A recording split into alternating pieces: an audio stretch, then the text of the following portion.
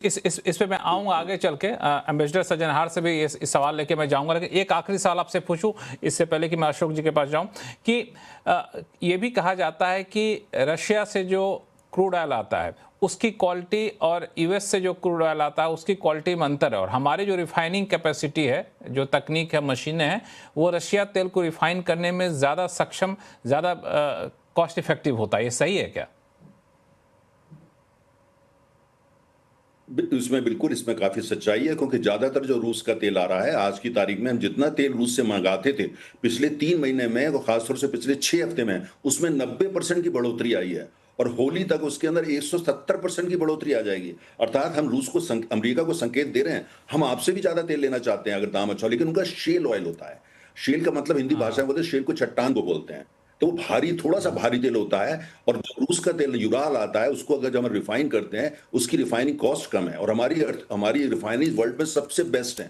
हमारी किसी भी तरह का तेल को रिफाइन करती हैं। अगर ऐसा तेल आता है जैसे यूराल है या जो कुछ और तेल आते हैं, तो वो तेल इतने अच्छे, या बॉम्बे हाई से जो तेल निकलता है, वो इतने अच्छे हैं कि वो बड़ी कम कीमत में प्रोसेस किए जाते हैं, अर्थात आपका मार्जिन बढ़ जाता है। तो ये अर्थशास्त्र भी हमको देखने की ज़रूरत है। और दूसरी, हमारा यहाँ तेल की, देखिए, हम ध्यान रखिए, दुनिया का सर नेटवर्क इशू है, आपकी आवाज़ नहीं आ पा रही है। एम्बेसडर सज्जनहार साहब, मैं एक सवाल आपसे पूछ चूँकि रशिया के तेल खरीदने के मुद्दे पर काफ़ी लंबी चर्चा हो चुकी है। एक मुद्दा वो ये कि आसियान समिट में पहले ये चर्चा हो कि प्रधानमंत्री मोदी जाएंगे, अटकलें ये लगाई कि वहाँ जाएंगे तो अमेरिकी राष्ट्रपति ट्रंप से मुलाकात होगी, लेकिन अब ये तय किया गया है भारत सरकार की तरफ से कि प्रधानमंत्री मोदी वहाँ पे फिजिकली नहीं जाएंगे, ऑनलाइन वहाँ पे जुड़ेंगे। इसको आप किस तरीके से देख रहे हैं? ये सिर्फ टेक्निकल मामला है या फिर कूटनीतिक तौर पर ये सही फैसला है? जी, मेरे विचार से मैं ये कहूँगा, जो पहले ये कहा जा रहा था जो वहाँ पर जाएँगे और अगर दोनों नेताओं की मुलाकात होती है, तो उससे कुछ फ़ायदा होगा, हमारी ट्रेड डील जो चल रही है या और जो संबंध हैं, उसको थोड़ा ठीक सतह पर लाने पर, लेवल पर लाने पर उसमें फ़ायदा होगा। परंतु आप देख रहे हैं जो जिस प्रकार के वक्तव्य, जिस प्रकार के बयान आ रहे हैं अमेरिका से, मतलब सबसे पहले तो उन्होंने शुरुआत कर दी थी राष्ट्रपति ट्रंप ने, क्योंकि हमारे संबंध बड़े अच्छी तरीके से अच्छे ही थे और राष्ट्रपति ट्रंप के जो पहला कार्यकाल था उसमें हमारे, जिसे मैं कहूँगा, जो हमारा गोल्डन पीरियड था, भारत और अमेरिका के संबंधों का गोल्डन पीरियड था।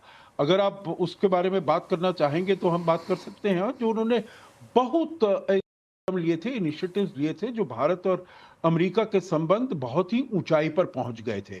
हर वहां के अमेरिका के राष्ट्रपति ने ये किया है 2000 के बाद, परंतु राष्ट्रपति ट्रंप का जो समय था 2017 से 2021 तक, चाहे वो व्यापार के क्षेत्र में हो, चाहे वो काउंटर टेररिज्म के क्षेत्र में हो, चाहे पाकिस्तान के ऊपर दबाव डालने में, हर क्षेत्र में बहुत ही हमारे लिए अच्छा समय था। तो यही सोचा जा रहा था जो अभी भी जब आएंगे, इसीलिए प्रधानमंत्री मोदी वहां पर गए। 13 फरवरी में उनकी मुलाकात हुई और कहा जो एक मिनी बायलैटरल ट्रेड एग्रीमेंट हो जाएगी by autumn of this year. परंतु फिर शुरुआत हो गई 10 मई को, जब उन्होंने ये अनाउंस किया, जो अमेरिका और राष्ट्रपति ट्रंप ने खुद इसमें इन्वॉल्व हैं, भारत और पाकिस्तान के बीच में जो युद्ध हुआ है उसको हटाने में, और उन्होंने ट्रेड का इस्तेमाल किया। उन्होंने दोनों देशों को कहा जो मैं ट्रेड आपसे नहीं करूंगा अगर आप नहीं रुकवाते हैं।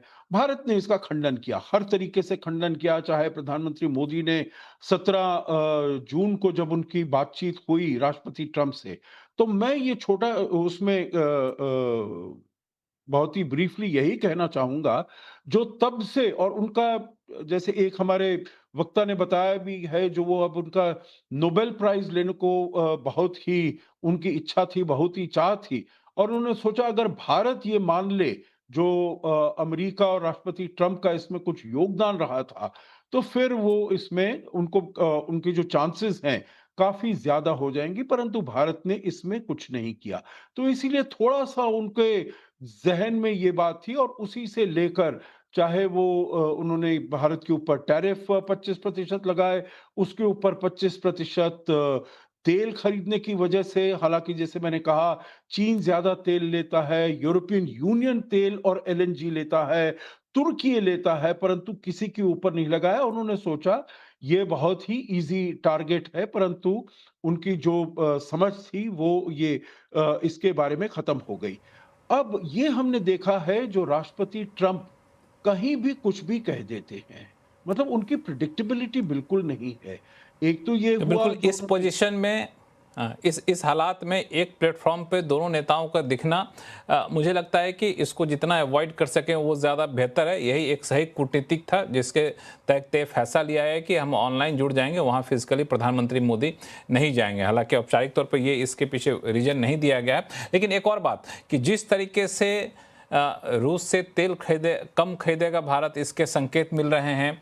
जिस तरीके से ट्रंप के बयानों में, सोशल मीडिया पोस्ट पे नरमी दिख रही है, तो अब यहाँ से आगे चलकर अगर ट्रेड डील होती है तो ट्रेड डील में कौन सा कह सकते हैं हथियार भारत अपनी तरफ से चला सकता है कि देखिए हमने इतना कुछ कर दिया, इतना तो कम से कम आपको करना चाहिए। तो ट्रेड डील का स्वरूप क्या होना चाहिए, इस पर आप लोगों से चर्चा करेंगे छोटे से ब्रेक के बाद। कहीं जाइएगा नहीं।